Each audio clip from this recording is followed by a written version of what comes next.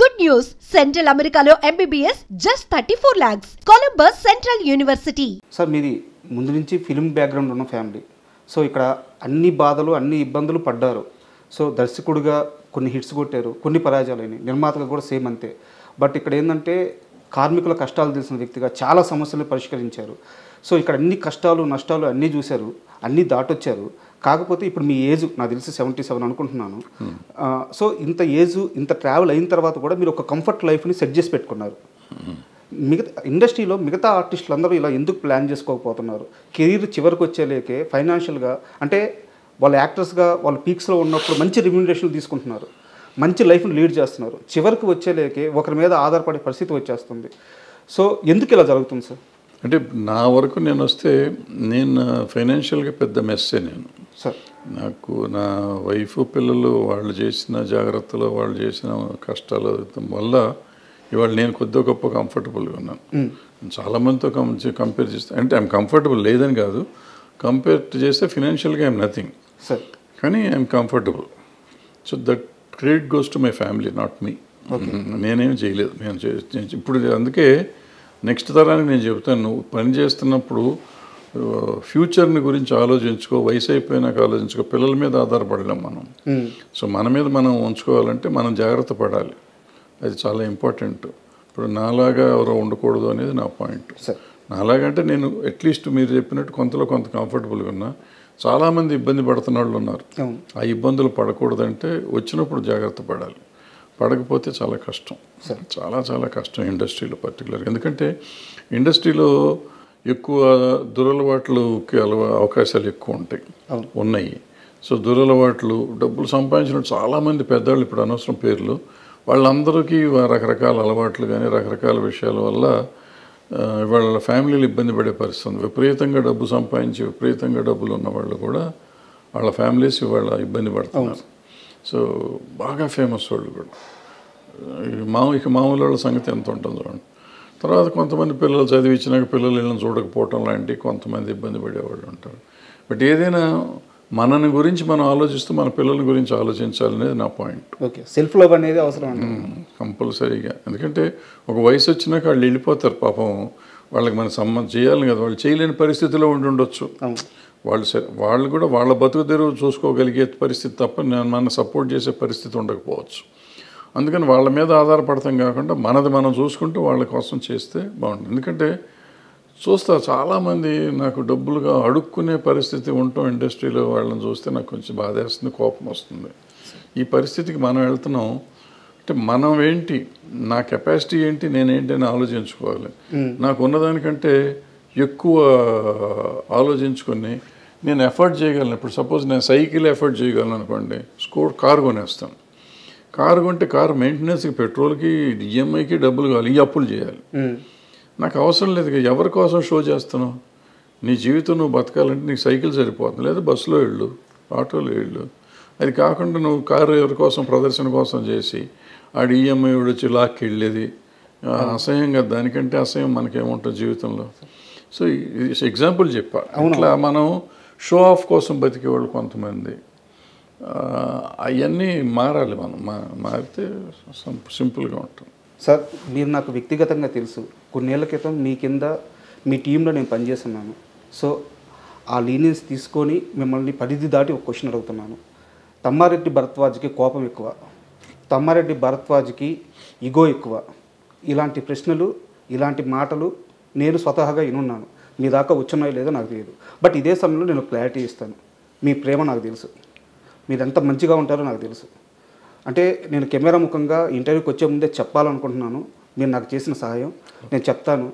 నా ఆరోగ్యం చెడిపోయినప్పుడు, మీరు నా బాస్గా ఉన్నప్పుడు నన్ను కాపాడడానికి మీరు చేసిన సహాయం అంటే లైవ్లో అప్పటికప్పుడు బాలకృష్ణ గారి పిఏకి ఫోన్ చేసి నన్ను బసవతారకం పంపించడం, లేదా అక్కడ కుదరకపోతే నాకు ముందుగానే డబ్బులు ఇప్పించేసి కంపెనీ నుంచి మీరు మొత్తం ఆ బాధ్యత అంతా తీసుకొని నన్ను కాపాడిన విధానం నాకు తెలుసు. బట్ మీరు అదే సమయంలో తిడతారు, అదే సమయంలో ప్రేమగా ఉంటారు. మీ మంచి ఎందుకు బయటికి వెళ్ళలేదు?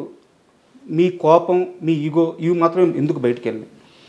అంటే కోపం ఈగో బయటికి వెళ్ళి అని నేను నమ్మను. అంటే నాకు ఈగో ఉంది, కోపం ఉంది, డెఫినెట్ రెండు. నన్ను ఎక్కువ ప్రేమించేవాళ్ళు మీరే ముందే చెప్పారు, ప్రేమించేవాళ్ళు చాలా ఎక్కువ ఉన్నారని చెప్పి. సో వాళ్ళ ముందు ఈగో ఇది అనుకున్న వాళ్ళు ఇప్పుడు తిట్టాను అనుకోండి. ఫర్ ఎగ్జాంపుల్ నేను మిమ్మల్ని తిట్టుంటాను 1-2 సార్లు, తిట్టిందే మీకు గుర్తుంటే అది మీ తప్పు, నా తప్పు కాదు కదా.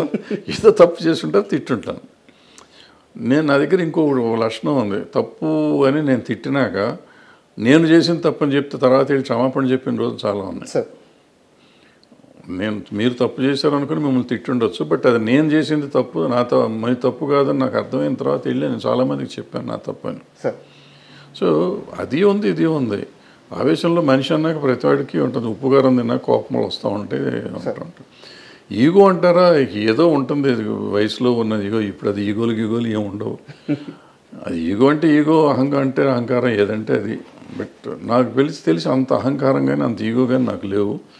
కొన్ని విషయాల్లో నేను చూపిస్తాను. అండ్ మనం ఇండస్ట్రీ గురించి మాట్లాడుకుందాం అనుకున్నాం కాబట్టి సార్ ఓపెన్గా అడుగుతున్నాను, ఫిష్ వెంకట్ని ఎందుకు సార్ ఇండస్ట్రీ అనాథగా వదిలేసింది? ఫిష్ వెంకట్ని ఇండస్ట్రీ అంటే ఎవరు అసలు ఫస్ట్ మీరు అది చెప్పండి. డెఫినేషన్ ఆఫ్ ద ఇండస్ట్రీ ఎవరన్నా చెప్తే దాన్ని బట్టి నేను మాట్లాడతాను. డెఫినేషన్ ఆఫ్ ద ఇండస్ట్రీయే తెలియకుండా ఎవరికాళ్ళు ఇండస్ట్రీ అని మాట్లాడతారు. ఎవరు ఇండస్ట్రీ? అది కూడా నా క్వశ్చనే సార్. అంటే ఫిలిం ఛాంబర్ ఇండస్ట్రీనా, నిర్మాత మండలి ఆ ఫిలిం ఛాంబరు, లేకుంటే మా అసోసియేషన్ ఇండస్ట్రీనా? ఎవరు సార్ ఇండస్ట్రీ? ఎవరు ఇండస్ట్రీ కాదు, ఫిలిం ఛాంబర్. ఇండస్ట్రీ అంటే అసలు ఏం లేదయ్యా. ఇండస్ట్రీ అంటే ఏ ఇండస్ట్రీ అయినా ఉంది. ఇప్పుడు ఒక ఇదేమంటారు, వర్కరుకి ఏదో అయ్యి చచ్చిపోయాడు ఒక ఇండస్ట్రీలో, ఆ ఇండస్ట్రీ యాజమాన్యం ఏదో చేస్తుంది కదా. యాజమాన్యం అతనికి ఉంటే ఇన్సూరెన్స్ ఉంటే ఇన్సూరెన్స్ ఇస్తుంది, లేదంటే ఎక్స్గ్రేషియా ఉంటే ఇస్తుంది, లేదా ₹1,00,000 5,000 10,000 ఇస్తారు. ఇక్కడ ఇండస్ట్రీ ఒక ఆయన సంగతి మాట్లాడతలేను, నేనే అనుకుందాం కొంచెంసేపు. నేను ఎక్కడ పని చేశాను, వాడు నాకు బాస్. నేను ఎంతమంది దగ్గర పని చేస్తున్నాను. సో ఎవరు ఇప్పుడు నువ్వు చెప్పిన ఆయనకి నాకు సంబంధం లేదు. నేను ఇండస్ట్రీలో ఉన్నట్టే లెక్క. బట్ నాకేం సంబంధం? ఎవరు వచ్చి చేయాలి, ఎవరు వచ్చి ఎందుకు చేయాలి? ఇప్పుడు అందే ఇందాక చెప్పింది అదే, ఎవరి జాగ్రత్తలు వాళ్ళు ఉండాలని చెప్పింది అదే. సార్ ఇక్కడ నాది ఇంకో ప్రశ్న, మిమ్మల్ని మధ్యలో ఆపుతున్నందుకు క్షమించండి. అంటే నా ప్రశ్న ఏంటంటే, కోటా గారు చనిపోయినప్పుడు చాలామంది వచ్చారు సార్. అంటే నేను కోటా గారిని ఫిష్ వెంకట్ గారిని ఒకే స్థాయి నేను చెప్పట్లేదు, ఒకే గట్టు నేను కట్టట్లేదు. ఆయన స్థాయి వేరు, అంటే ఆయన అచీవ్ చేసిన విజయాలు వేరు. బట్ ఏ ఇండస్ట్రీ వచ్చింది సార్ కోటా గారి దగ్గరికి? ఆ ఇండస్ట్రీ ఫిష్ వెంకట్ దగ్గరికి కనీసం పరామర్శకు కూడా ఎందుకు రాలేదు? అంటే కోటా గారు ఫ్యామిలీ పరామర్శ కాదు. మీరు అర్థం చేసుకోవాల్సిన విషయం ఏంటంటే, కోటా గారు చేసిన సినిమాలు కానీ కోటా గారు చేసిన కంపెనీలు కానీ వేరు. ఫిష్ వెంకట్ గారు చేసిన సినిమాలు, ఫిష్ వెంకట్ గారు చేసిన కంపెనీలు వేరు. ఆయనకి పరిచయం ఉన్న వాళ్ళు వస్తారు. ఎవరైనా కానీ పోతే ఇప్పుడు అన్ని చోట్లకి వెళ్ళాలని రూల్ ఏం లేదు. చాలామంది అడుగుతారు, ఫిష్ వెంకట్ గారు పోతే చాలామంది రోజు పోతున్నారు. అంటే అంత ఇది కాదు. ఈయన ఇప్పుడు ఆయనతో పనిచేసిన వాళ్ళు అందరూ వచ్చారు కదా అక్కడికి. ఆయనతో పనిచేసిన వాళ్ళు అందరూ వచ్చారు. ఒకళ్ళిద్దరు పెద్దవాళ్ళు కూడా వచ్చి ఉంటారు. నాకు తెలియదు ఎవరు వచ్చారు ఎవరు రాలేదు, నాకు తెలియదు, ఐడియా లేదు. సో డెఫినెట్గా కొంతమంది ఆయనతో పనిచేసిన వాళ్ళు వచ్చి ఉంటారు. అంటే నేను ఎందుకంటే ఈ క్వశ్చన్ అడిగింది దీనికోసమే సార్. ఇప్పుడు ఎవరు తెలిసిన వాళ్ళే వెళ్తారు, తెలియని వాళ్ళు ఎందుకు వెళ్తారు ఇండస్ట్రీలో? ఇప్పుడు ఆయన వచ్చినాక ఏంటంటే ఒక గబ్బర్ సింగ్ నుంచి పాపులారిటీ వచ్చింది. ఆ గబ్బర్ సింగ్ గ్యాంగ్గా పాపులర్ అయ్యారు. ఆ గ్యాంగ్ అంతా అక్కడే ఉన్నారు పాపం. వాళ్ళే చాలా చేశారని విన్నాను నేను, నాకు తెలియదు. సో వాళ్ళు చేశారు కదా, మరి వాళ్ళంతా ఇండస్ట్రీ కింద ఎందుకు తీసుకోరు మీరు?